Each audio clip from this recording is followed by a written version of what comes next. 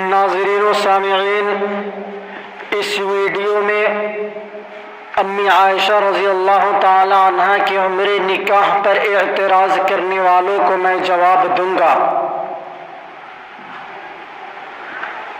طیبہ کائنات، زاہدہ کائنات، طاہرہ کائنات، عفیفہ کائنات جناب حضرت عائشہ صدیقہ رضی اللہ تعالی عنہا خود فرماتی ہے کہ جب میں 6 سال کی تھی تو حضور پاک علیہ السلام کے ساتھ میرا نکاح ہوا، اور جب میں 9 سال کی ہوئی تو حضور پاک علیہ السلام کے ساتھ میری رخصتی ہوئی، اور جب میری رخصتی ہوئی تو رخصتی کے ساتھ ساتھ میں اپنے کھلونے بھی جس سے میں کھیلا کرتی تھی ساتھ لے آئی۔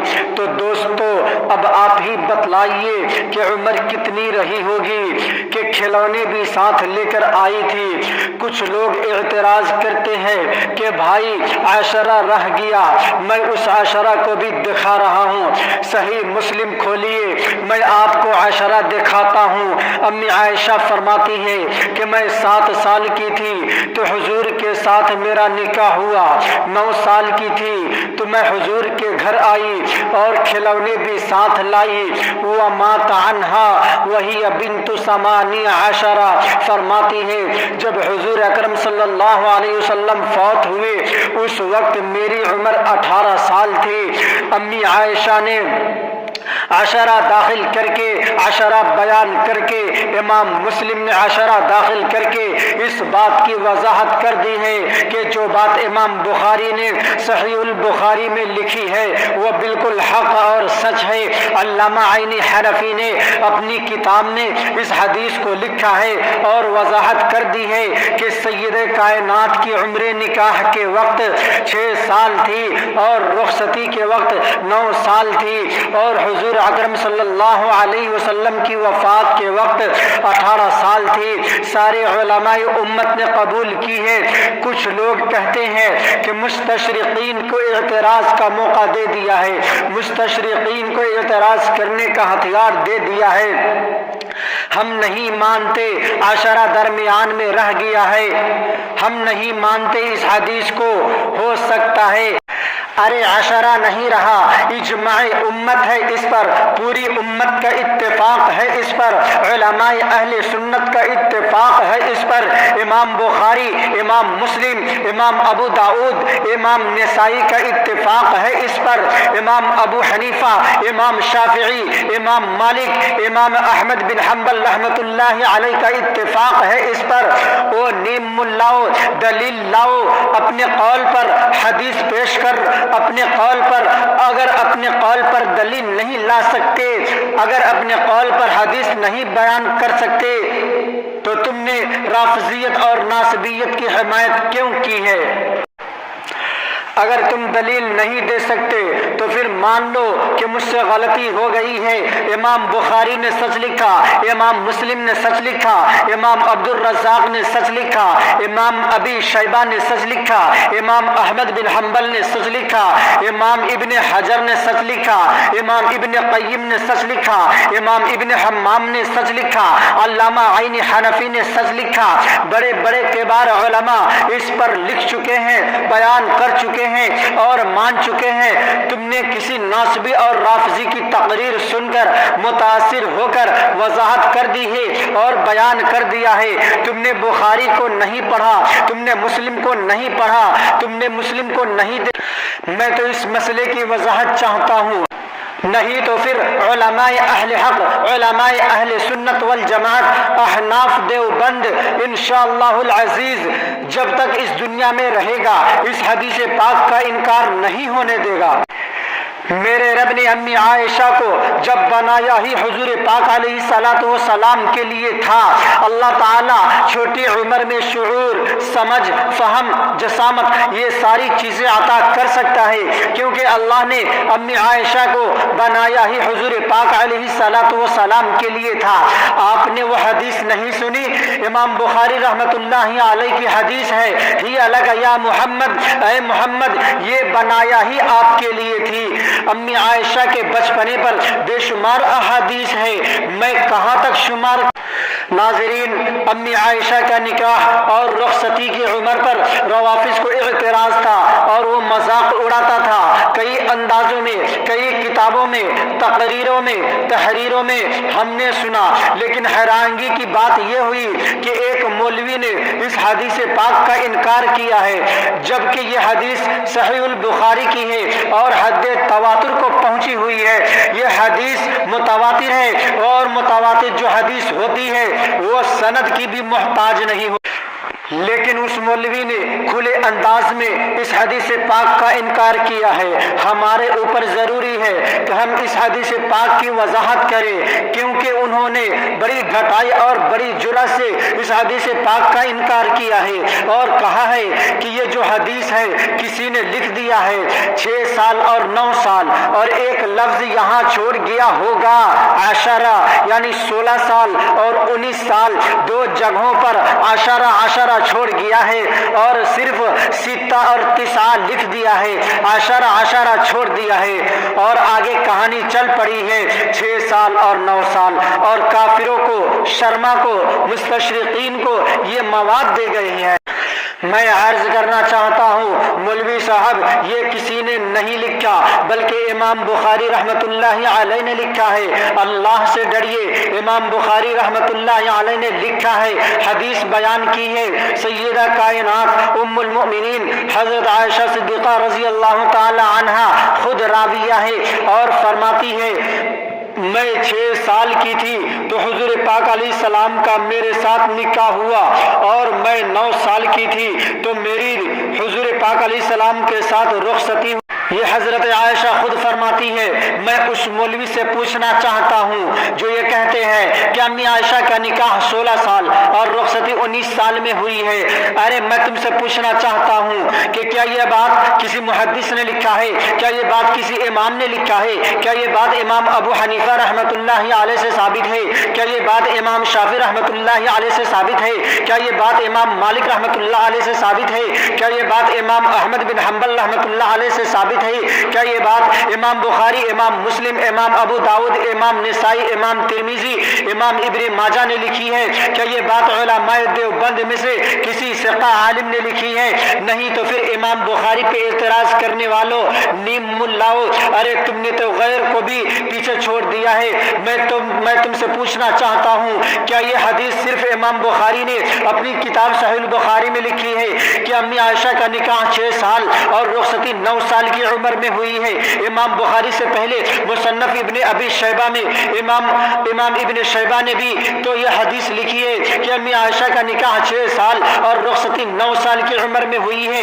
امام بخاری سے پہلے مصنف امام عبد الرزاق نے بھی تو یہ حدیث لکھی ہے کہ امی عائشہ کا نکاح 6 سال اور رخصتی 9 سال کی عمر میں ہوئی ہے۔ احادیث کی تمام کتب میں یہ حدیث موجود ہے کہ امی عائشہ کا نکاح 6 سال اور رخصتی 9 سال کی عمر میں ہوئی ہے۔ ناظرین، آپ قرآن کریم اٹھائیے، پارہ نمبر 28 سورۃ الطلاق آیت نمبر 4 میں میرا رب فرماتا ہے واللائی لم یحرزن، کہ وہ عورتیں جو ابھی بالغ نہیں ہوئی تھی، جوان نہیں ہوئی تھی، ابھی حیض آنے شروع نہیں ہوئے تھے کہ ان کا نکاح ہو گیا اور نکاح کے بعد طلاق ہو گئی، اس کی عدت 3 مہینے ہے۔ تو کہتا ہے چھوٹے بچے اور بچی کا نکاح نہیں ہو سکتا، قرآن کہتا ہے ہو سکتا ہے، اگر نہیں ہوتا تو طلاق کے بعد اس کی عدت کا ذکر قرآن کریم کیوں کرتا؟ اور میں قربان جاؤں امام بخاری رحمت اللہ علیہ پہ جب کتاب التفسیر میں یہ آیت لائے ہیں، وہیں پہ امی عائشہ کی یہ روایت بھی لے آئے ہیں کہ امی عائشہ کا نکاح بھی اسی عمر میں ہوا تھا۔ قرآن کریم میں اللہ تعالیٰ نے سورۃ النساء میں یتیم بچیوں کے نکاح کو بیان کیا ہے۔ اللہ فرماتے ہیں یتیم بچیاں جس کی کفالت میں ہو، باپ مر گیا، بچی یتیم رہ گئی، عرب میں یہ رواج تھا کہ جب باپ مر جاتا تو چچا یا اس کا رشتہ دار بچیوں کو کفالت میں لے لیتا تھا، پھر وہ بچی حسین ہوتی، مالدار ہوتی تو وہ چاہتے کہ ہم اس سے نکاح کر لے اور اس کا سارا مال میرے پاس رہ جائے اور مہر بھی دینا نہ پڑے۔ قرآن کریم نے کہا یتیم بچیوں پر ظلم نہ کرو، آزاد عورتوں سے نکاح کر لو، 2 کر لو، 3 کر لو، 4 کر لو، لیکن یتیم بچیوں پر ظلم نہ کرو۔ اگر یہ حسین نہ ہو، مالدار نہ ہو تو پھر تم ان سے نکاح نہیں کرتے ہو بلکہ دوسروں سے کر دیتے ہو۔ اگر حسین اور مالدار ہو تو خود تم ان سے نکاح کر لیتے ہو۔ قرآن نے کہا خبردار اگر تمہاری یہ نیت ہو تو تم ہرگز ان سے نکاح نہ کرنا، اور اگر انصاف کے ساتھ کرنا چاہو تو یتیم بچیوں کے ساتھ نکاح کر سکتے ہو۔ اور یتیم کسے کہا جاتا ہے؟ جب بچہ بلوغت کو پہنچ جائے وہ یتیم نہیں رہتا، اور جو بچی بالغ ہو جائے وہ یتیم نہیں رہتی۔ قرآن کہتا ہے یتیم بچی سے نکاح کر لو۔ وہ یتیم کب ہوگی؟ جب اس کی عمر تھوڑی ہوگی، یعنی وہ نابالغ ہوگی۔ اگر بالغ ہو جانے کے بعد اس کے نکاح کا ذکر کرتے تو پھر میرا رب یتیمی کا ذکر نہ کرتے۔ ناظرین، امام بخاری رحمۃ اللہ علیہ نے تو باضابطہ طور پر باب باندھا ہے اور عنوان قائم کیا ہے، باب نکاح الرجل ولدہ الصغار، چھوٹے بچے اور بچیوں کا نکاح کرنا، باپ کا سرپرست کا اپنے چھوٹے بچے اور بچی کا نکاح کرنا۔ اور نیچے حدیث لائے ہیں کہ صدیق نے امی عائشہ کا نکاح اسی عمر میں کیا تھا۔ ناظرین، اللہ کے نبی مکۃ المکرمہ میں ہے۔ مکۃ المکرمہ میں اللہ کے نبی کو ایسی عورت چاہیے تھی جو دولت والی بھی ہو، ایسی عورت چاہیے تھی جو وجاہت والی بھی ہو، ایسی عورت چاہیے تھی جو بڑے خاندان والی بھی ہو، ایسی عورت چاہیے تھی جو سجیدہ بھی ہو، ایسی عورت چاہیے تھی جو تجربہ کار بھی ہو۔ خدا نے انتخاب امی خدیجۃ الکبریٰ کا کیا ہے۔ جب پوری امت مخالف تھی، خدیجہ اللہ کے نبی کو سہارے دے رہی تھی۔ حضور اکرم صلی اللہ علیہ وسلم نے اعلان نبوت کے بعد پھر تجارت نہیں کی۔